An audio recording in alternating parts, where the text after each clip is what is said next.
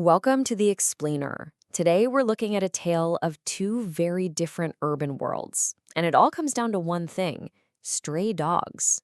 In one place, they're a part of a daily crisis. And in the other, they're just not on the streets at all.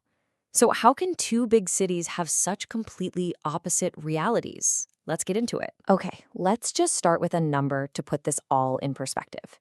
In India's capital, Delhi, you've got an estimated 500,000 stray dogs on the streets.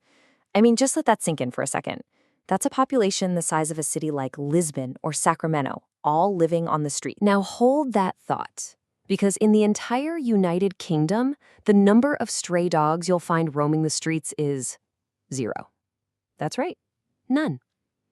The difference is just so extreme that it makes you ask, how is that even possible? And what does it tell us about the systems each place is built? This incredible contrast really sets the stage for our story, a tale of two streets.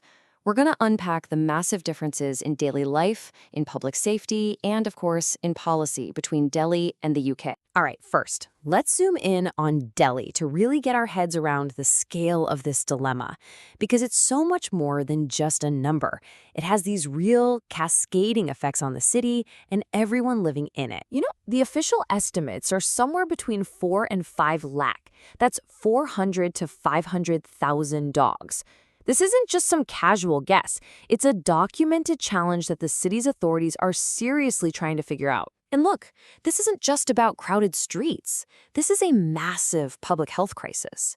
India, as a country, accounts for a staggering 36% of all global rabies deaths. And with a huge number of those cases coming from dog bites, that street population is directly tied to a deadly but totally preventable disease. And the impact doesn't stop there. You've got rising numbers of dog bite incidents, which naturally creates a lot of fear in public spaces. The dogs are also a big hazard on the roads, for drivers and for the animals themselves.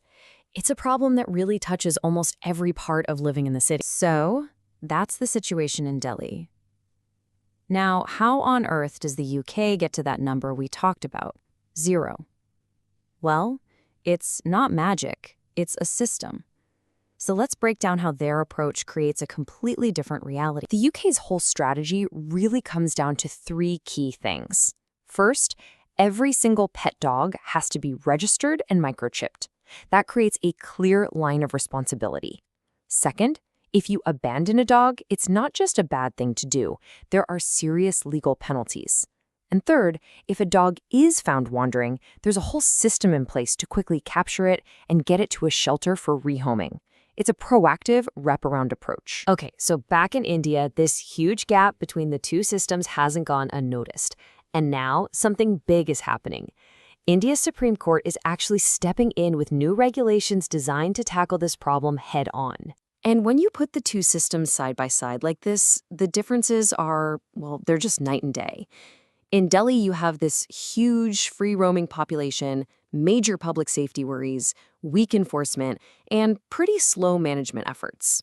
The UK? No strays, safe public spaces, really strict laws, and super fast intervention. It's exactly this gap that the new court rulings in India are trying to bridge. The hope here is that this new legal framework can finally start to change the whole equation on the ground. The goal is to shift the reality in Delhi much closer to a global standard of safety and management. So what's actually in this new ruling? What makes it a potential game changer? Well, it's trying to enforce strict sterilization and mandatory vaccination. That's to control both the population and the spread of rabies.